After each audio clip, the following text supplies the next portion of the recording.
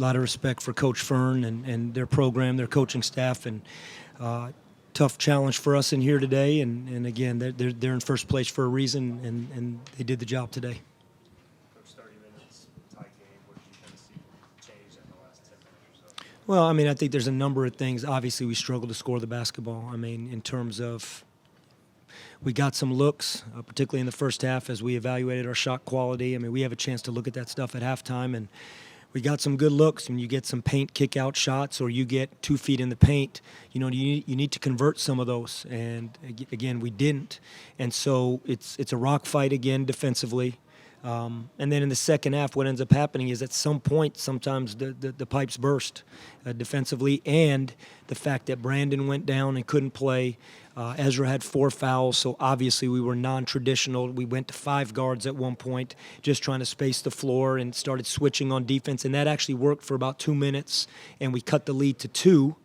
And we don't finish a play in the paint, and they go down and dunk the basketball on the other end, and then momentum picked up. But what happens in games that are, as you said, tight games, both team, low-scoring games, if one team can go on a 6-7-0 run, it really magnifies the lead, and that's what happened in that stretch. It was great to see RJ with 4 offensive boards. The problem is the rest of the team combined only had 3. What are you seeing well out of him, and what can the other team take from his performance to be better on the offense? Well, you said it. I mean, going into the game, I knew that we're struggling shooting the basketball right now in terms of field goal percentage. But in 2 of our wins, Wichita State and Temple, we had 17 and 16 offensive rebounds. So we were able to find a way to manufacture points that way. It was going to be very difficult to manufacture points with this team, with how well they take care of the basketball and the pace that they play. So the thought of, it'd be great if you can do it, but the thought of forcing 17, 18 turnovers as we've had in some other games was going to be difficult. But one area you can, if you're not shooting the basketball well, is go get offensive rebounds. And for us to have 6 individual and 7 as a team, there was 1 team rebound, it's just not enough, especially with us not shooting the basketball well. What happened with Brandon? It looked like he tried to give it a go, he just couldn't. Yeah, I don't know the details of medically. I just know obviously he got hit pretty hard in his hip, and I don't know any details about it. But he went out. He looked at me. He told me he had to come out. Then he came back out, and he said he wanted to give it a try. And we went right back with him when he did. And I could just tell the way he was moving out there that it wasn't a good situation. And so that's just that, and we'll continue to evaluate it. I didn't know no foul today. Ezra in foul trouble. And obviously they're a big team, so just how much did that? Yeah, it was really it hurt us as a team not to have value here. He got hurt late in practice yesterday, and he had to stay back. I mean, he took a real elbow to the nose, mouth area, and so he had to have some medical stuff done there.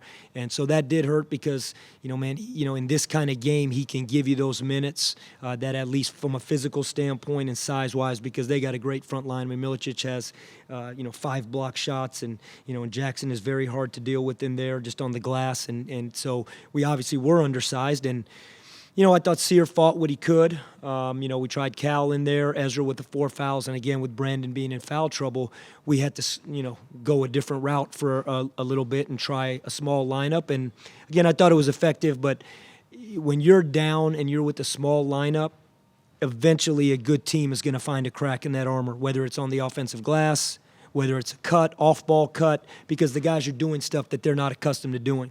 I mean, we don't play 5 guards on defense. That's not our defense. Our defense is more predicated on physicality, more predicated on help and being able to swarm the ball in the paint, as opposed to now you're down 6 or 7, you're trying to pressure the ball, the court starts to get wide open, and give Charlotte a ton of credit. They also made shots. They shot 50% in the second half.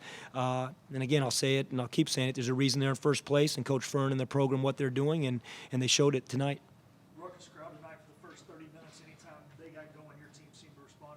Can you talk about the maturity of your team, where they've come since that first road game with George Mason back in? Yeah, I'll be honest. Like this is a great environment. Nothing but respect for Charlotte and their fan base. I mean, it was fantastic in terms of the environment in there. I don't think our guys are rattled to play on the road. I thought Charlotte played really good basketball, whether we've gone into FAU or gone to Wichita State or gone to Temple or UAB. UAB, we led for 32 minutes of the game. So I do I think our team is growing from a standpoint of, because in that George Mason game early in the season, that was our first road test, and we didn't handle it very well, albeit we had some guys out. But the bottom line is, I think this team handles being on the road and welcomes a good environment. That's what all college guys want. That's what college basketball is about. But that being said, we didn't do the job, whether we were at home or on the road, in terms of the last 10 minutes of the game. Coach, no secret y'all struggled offensively. Kind of this break coming up, do you try and reevaluate things? Like, what do you look at every getting kicked out? Yeah, I think that's a great point. 100%, we will do that as a staff. I think there's other things. The guys get a chance. This is this was a difficult stretch here. 2 road games in 6 days, and 2 of them versus 2 of the 2 first-place teams in the league. And so I think from a physical standpoint, and mental standpoint, and academic standpoint, this week will be big in terms of being able to hopefully maybe get some guys healed up a little bit, or get some guys' body feeling a little bit better going into this Texas road trip next week versus UT San Antonio. But also, I liken it to baseball a lot. In baseball, if a hitter's struggling, he gets in the batting cage, and he sits in the batting cage, and he works, and whether it's mechanics, whether it's film, whether it's just repetition work. And when you have a 3-game stretch in 6 days, what you lose is gym time. And we didn't have a bye week this first half of conference play, so this will be the first time that our guys maybe get a couple days where we won't have true practice, where they can just be in the gym and trying to work on shooting the basketball or other areas that maybe have gotten away from us. Quentin's first game back, how big is he to come back with some guys now banged up, dealing with some injuries, and how is that going to be getting him back in the flow of the rotation and getting his shooting back? Yeah, he got 3 pretty good looks off the bounce, like in terms of off the bounce drives, kicks to him, where he didn't have to put it on the deck, and he gets a catch and shoot shot. And I know he's capable of making those. He will make those. They didn't go in tonight, I'm sure. I mean, he practiced for the first time yesterday. He literally has not. The day he got hurt in that FAU game on January 2nd, he has not put had a rep in practice since yesterday. And he did it yesterday, so I give him a lot of credit, a lot of toughness for him to fight through it. Obviously, from a conditioning standpoint and timing standpoint, he's not going to be there yet.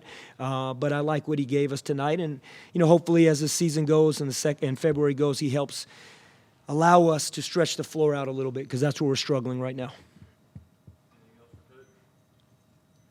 Thank you, guys.